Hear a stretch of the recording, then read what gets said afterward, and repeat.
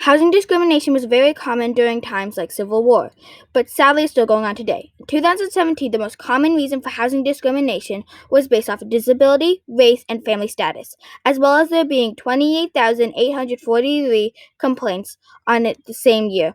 There are many landlords that are trying to kick out or lie to people because of the way they look. Some will even take it as far as a step to make an unhealthy living space. Even when New York is pretty diverse, there is still lots of housing discrimination going on. The main reason are people's gender, race, color, or disability. It is illegal to refuse to sell/rent out a house, refuse to negotiate set different terms on the house, as well as to lie to somebody saying the house is unavailable, and fail/deny someone to renovation or maintenance/repairs. Though these things are illegal, some landlords are continuing to do it. It needs to stop. Housing discrimination has been a huge issue for years, and especially in the past. Between 1991 and 2013, the percentage of renter households in America devoted to under 30% of their income to housing drops from 54% to 43%. African American and Hispanic American families, the most of whom rent their housing, in 2013, 23% of Black renting families and 25% of the Hispanic renting families finished at least half of their income on housing. U.S. Department of Housing and Urban Development found that a dark-skinned Mexican American had 96% likelihood of experiencing at least one instance of discrimination. In 1989, the department funded a national fair housing study. This survey found that Hispanic homebuyers had a discrimination rate of 56% and that Hispanic renters had a discrimination rate of 50%. Slavery shaped the early housing options for Blacks who were brought to a new world for plantation labor. Federal agencies financed nearly half of all suburban homes in the 1950s and 60s. Of course, Black applicants were left out. By one analysis, 98% of the loans approved by the federal government between 1934 and 1968 went to white applicants. If you are someone that is struggling with housing discrimination, the easiest way to fix your problems is to call the Housing Discrimination Hotline. The solution is only very temporary. It's like putting a band-aid on an open wound.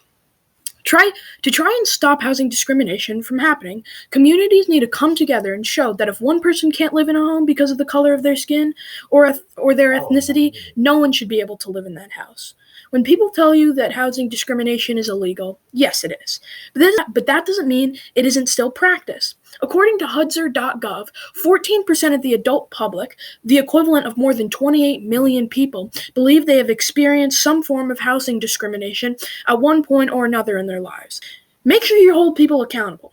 Let your community know if you're being treated differently because of the color of your skin. The civil rights movement didn't just happen. People had to come together to fight against the injustices of the system. When a landlord can do something evil and malicious, then just get away with it, the same landlord will do the same thing again and again until light is shed on their misdeeds. A raisin in the sun connects to housing discrimination because of an experience the younger family had to go through. Mama bought a house in a white neighborhood. This caused the neighborhood to send someone down to the younger house and make them offer to reimburse them, plus give them more money so they wouldn't move into the house. The man who came down, Mr. Linder, said that the community wanted their neighborhood to be a specific way. That way was without Black people. He also said how Black people are more happy in their own community. Mr. Linder is saying, "We don't want you in our neighborhood because you are Black." A blatantly obvious example of racism and housing discrimination. Once the Youngers decide to move into the house, Mr. Lindner says they don't know what they are getting themselves into, threatening them slightly. The saddening part is that these actions are still happening today, such awful things that can really take away all the motivation from a person. But the Younger family moves through this and tries to succeed, just like you should do in the real world. In the past, redlining has been harsh on most. Redlining is when landlords or banks don't let you get loans or try to buy back their houses from you or just not sell them to you because of your skin color. This happened a lot in the past and is still going on today. There are people who think this act is outrageous, but some landlords and banks want to keep it because they can sculpt who uses their product and who benefits from it. In the past, redlining has stolen homes away from people and has let people wait for a loan, but because of their skin color, they won't give them a loan. Redlining started in 1934 as the Housing Act of 1934. People started doing this more often, and more people started to lose their homes, even if they could afford it. People started doing this because they thought letting colored people use their money or buy a house would depreciate the value because there were so many people who thought that only whites should live here or get money from banks. Doing this caused the homeless rate to spike, and homelessness was at an all time high. To simplify what I just said, landlords and bank owners were very racist at the time. Redlining still happens today, and today it's getting worse. It's not just redlining, but foreigners are buying these huge apartments just to get their money out of their country. And these apartments stay empty most of the time. This is depriving people who actually need to live in these spaces from living there. And now, since the city has so much more elaborate things to it, a one-bedroom apartment can cost $250,000. This is trashing people's hope for moving out of their parents' house. Because of redlining, landlords can up prices of their buildings just so that colored people can't move in, which makes it harder for kids to move out.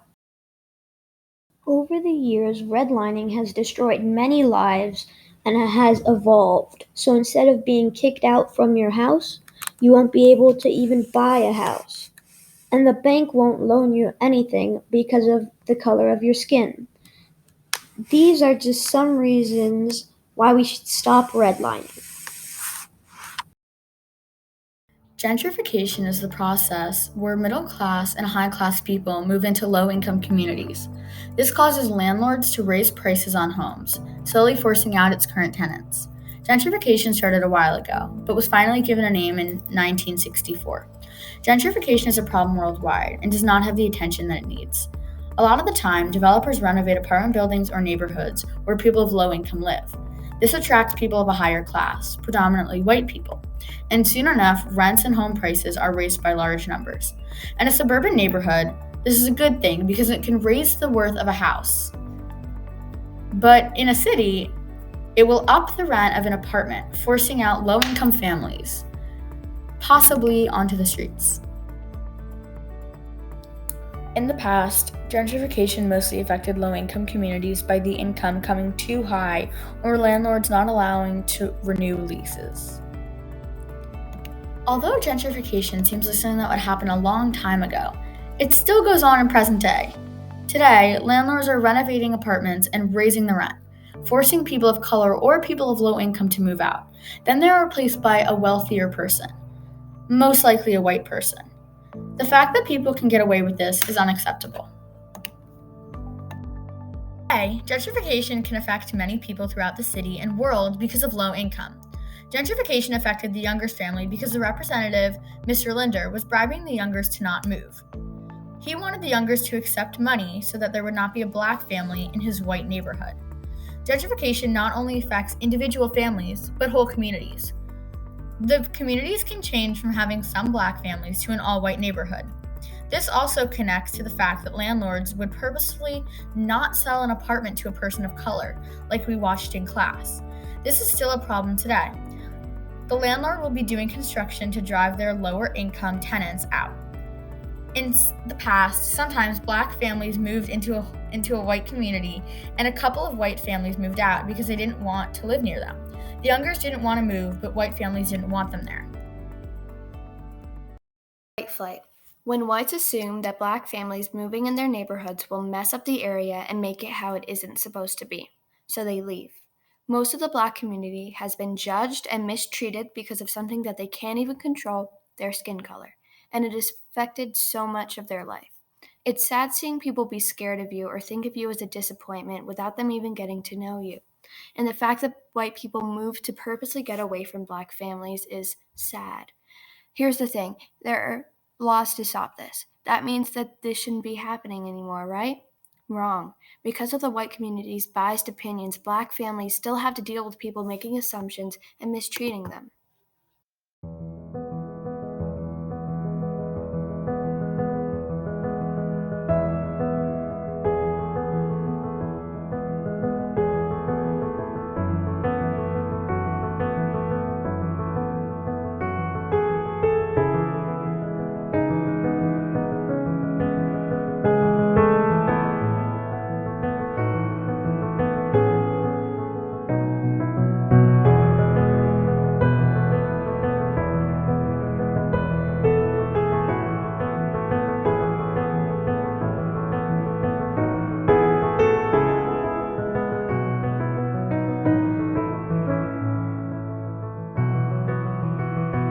Now, these days there are still white people judging or acting weird when colored or mostly Black people are moving into a white neighborhood.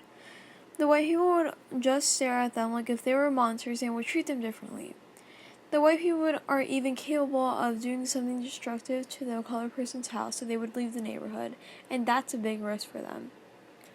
For these reasons, protests are now taking action by all colored people because they think this is wrong and should spread the word out to the world.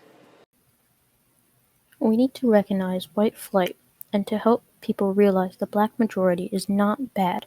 We can do this by African Americans slowly moving into white neighborhoods, and if whites express concern, we can look for a solution that is a win-win, such as whites and Blacks being friendly to each other and tolerant. Redlining in America was created in 1934. In 1934, the bank decided to circle neighborhoods with people of color with a red pen, and these neighborhoods were deemed not worthy of taking out a loan. The sole purpose of creating redlining was for banks to refuse service from people of color since racism was at an all-time high back then. Redlining was finally made illegal in 1968, but still 53 years after the illegalization of redlining, the effects are still seen today. Even after the 53 years of legalization, there are still effects around today, which shows how serious this matter was, since it's been so long since its banishment. Redlining in America caused a lot of current and past problems, and these issues that we see today were built off of the past when redlining was created. Even though redlining was illegalized 53 years ago, we still see some evidence of redlining today, due to two factors, redlining and white flight. The effects of redlining are still seen today because in some past redline areas there are not very good housing, poorly funded schools, and supermarkets with non-fresh fruit and vegetables. This is all due to the fact that this area did not have access to taking out a loan in the past, which molded how much money their future generations would have.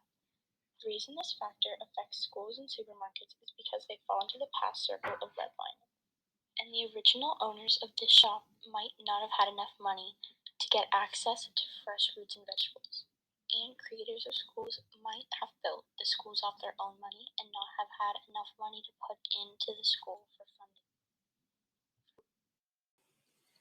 Redlining connects to Raisin in the Sun when the younger family gets redlined by the white community where the house they want to move into is located. Mr. Linder is a white man who wants to make the younger family not move into the white community because they're Black. He is bribing them not to move there with money. We still see this today when Black people are looking for a place to live and they are told they cannot move there because there is no space or they just can't. But when white people want to go, there suddenly is a space they can move to and they are allowed to go. In conclusion, to help, you should always make sure to treat people equally, with kindness and respect. You can also help by signing many petitions and educating yourself on what's right and what's wrong. Everyone should do research when it comes to this topic, and we hope redlining stops soon, and people in the following generations will learn how it's wrong to not treat someone equally based on what they look like and their skin color.